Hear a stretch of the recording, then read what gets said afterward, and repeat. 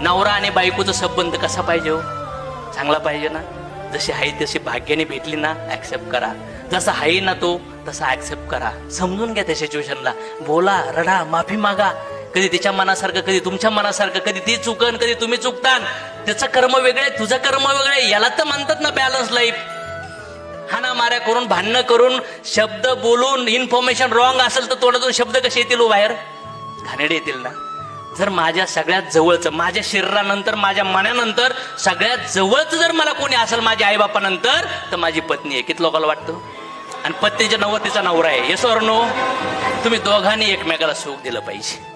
एकमेकाने सुख घ्या, समजून घ्या. नाही तर तिसऱ्या माणसाला इन्व्हॉल्व करा, समजून सांगा, ऍक्सेप्ट करा आणि मिळून गुन्ह्या गोविंदाने राहण्याचा प्रयत्न करा. सहन करा. कैकेने सहन केलं, केलं का नाही केलं? सीता मातेने सहन केलं, केलं का नाही केलं?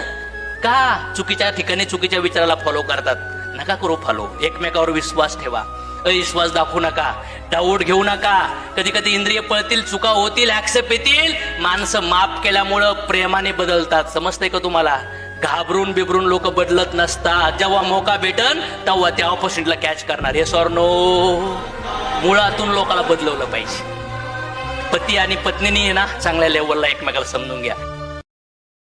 Download ShareChat.